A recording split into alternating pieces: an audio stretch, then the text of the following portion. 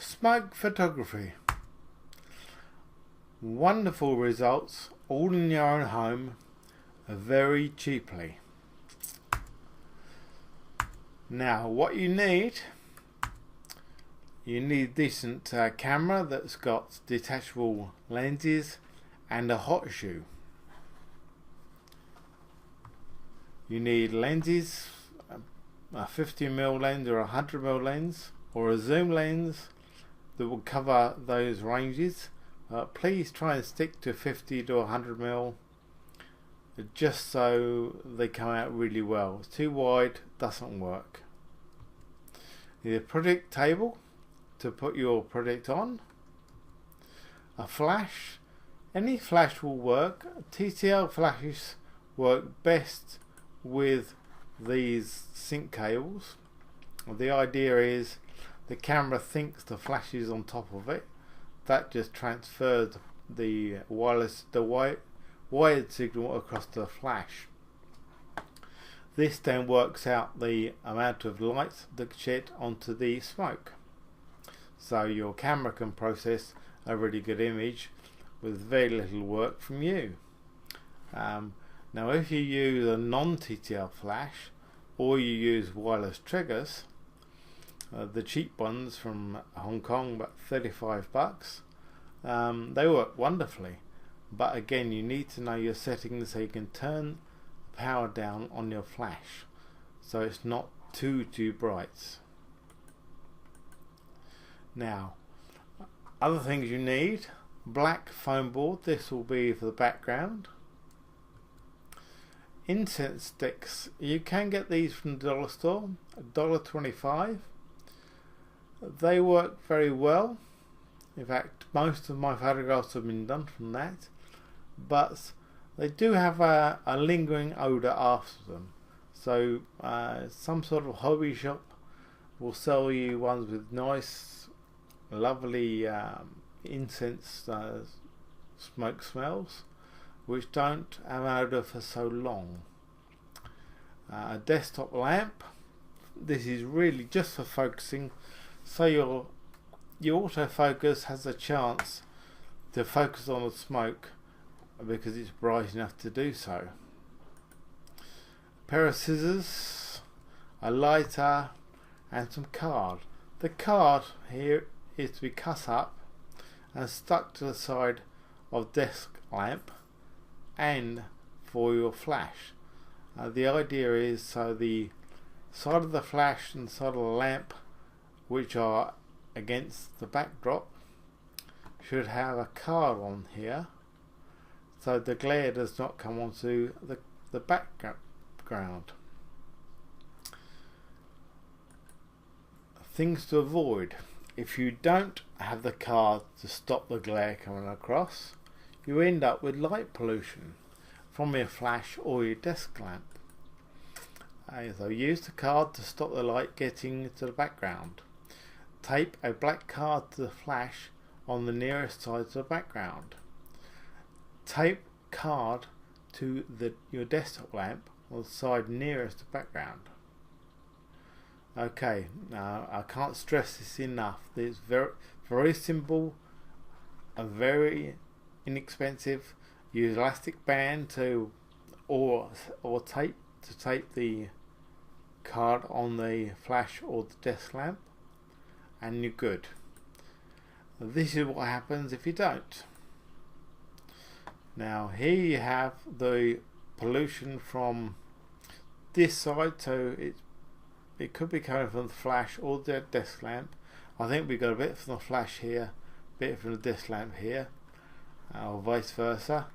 These spots on either one of these are from the ash on the incense stick floating in the air, so don't allow this to burn down too far. Only do short sessions. Light it, let the smoke come up, and then put it out and start again. If it goes down too long, you'll regret it because your sensor will look like it's got full of dust. It's not your sensor, it's the ash floating with the heat. This is the result you can expect if you've got everything set up right. I personally use a setting of 100 ISO, f8 on the aperture, 250 on the shutter, which is the maximum sync for my camera. Okay, this is your setup. Here's your flash on a cheap tripod on the side. Notice you got the card here, which will stop the glare going across to the background here. This is actually a card, although it looks white, it's actually black, to stop the glare going on this side, which you can see it's done a very good job of. This cam will be going in the center. Your incense stick will be going above. This cable is a sync cable, which will be going from here to your camera. And you light the stick, wait for the smoke, get your camera here, leave autofocus on, and have fun taking pictures. Just blow the smoke a little bit to vary how the smoke's going. If you don't blow the smoke slightly, you'll end up with just a straight line, which is very boring. Some editing I would like to show you. If your picture is a little bit overexposed, or the black card is just a bit lighter than you really want, use levels. It's in most, I think all editors. The shortcut within Photoshop is Ctrl L, so it will bring up a histogram. Now the left of the histogram is where we alter the darkness. The right is where we alter the lightness. If you move the middle slider, that gives the best of both worlds, but we're only really interested in the darks on this. The smoke is not really overexposed, so we'll bring the left slider in, and you can see how it's changing it. Now you don't want to go too far, because you go too far it goes in too much and looks yuck. So go back just to get rid of that. You see there? And I think that looks pretty good. That's press the OK, and that's how we do it. Now if you don't remember the shortcut, we'll go back and you use image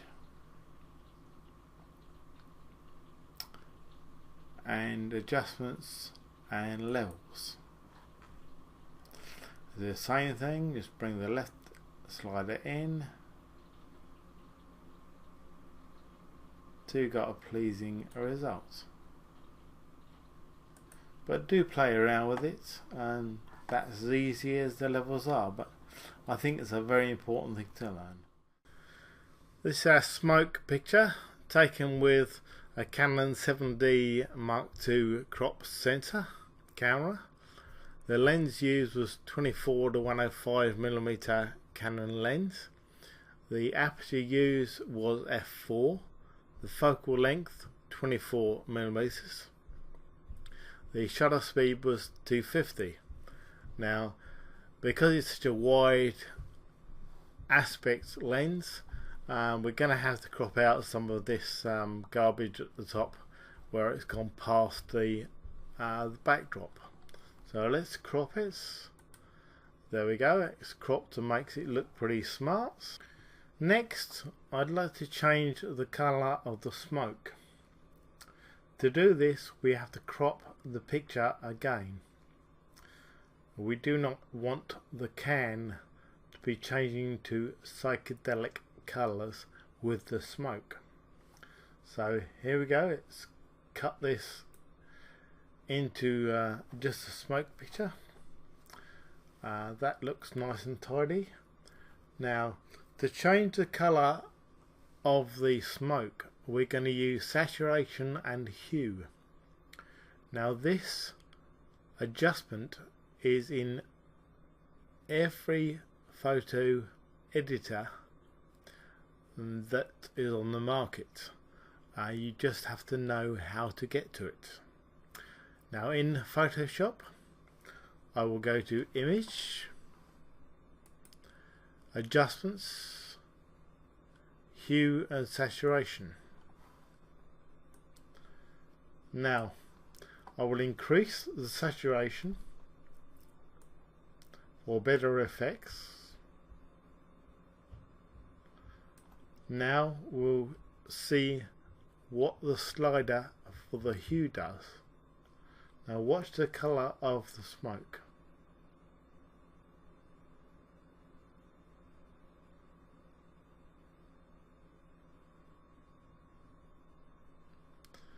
And now we'll go back to the other way.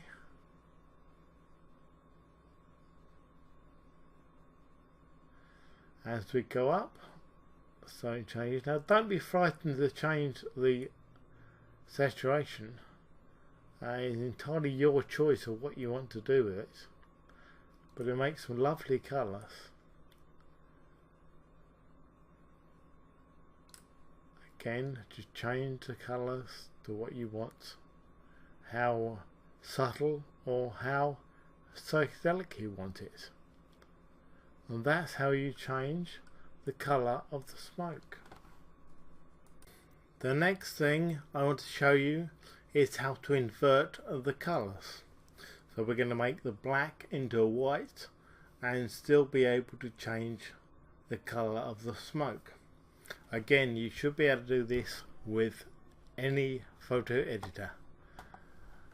On Photoshop, Image, Adjustments, Invert, and now we have a white background. Now we'll do the same with the colours for the hue. We'll go to Image, Adjustment, Hue, Saturation, move up the saturation, and now we'll move the hue across and see the different colours we get.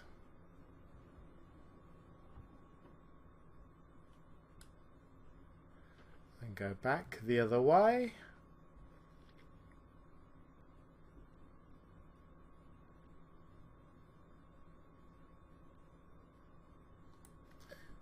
And there we have it. Very easy to do and quite a pleasing result.